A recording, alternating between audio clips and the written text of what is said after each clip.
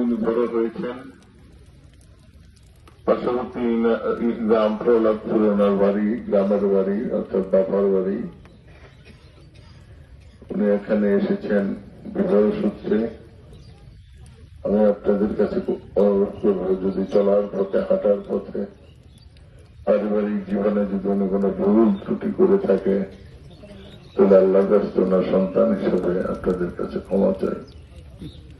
পাশাপাশি ওনার কাছে যদি কোনো পানাদার থেকে থাকেন, তাহলে আমাকে বলবেন, আমরা সেই পানা শোধ করে দিব।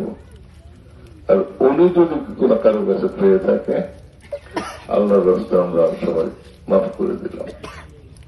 কষ্ট লাগে।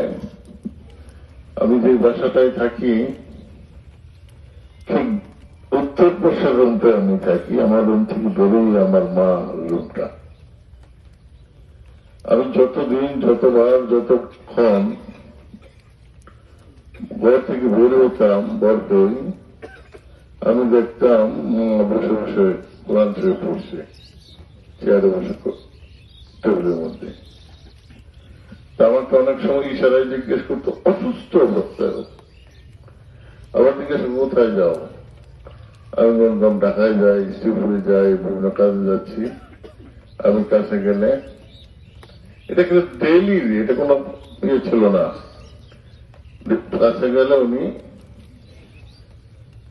সুরা পরে আমার মাথায় ফুলিয়ে দিতেন আর বলতেন যে তুমি এই দোয়াটা পড়বা সবসময়।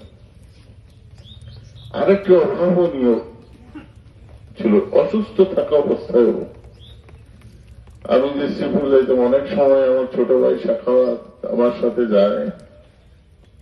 মা কোনদিন আমাকে ফোন দেয় না, কোনদিন আমাকে ফোন দিত না। সাখাওয়াতকে 5 বার 6 বার 7 বার ফোন দিত।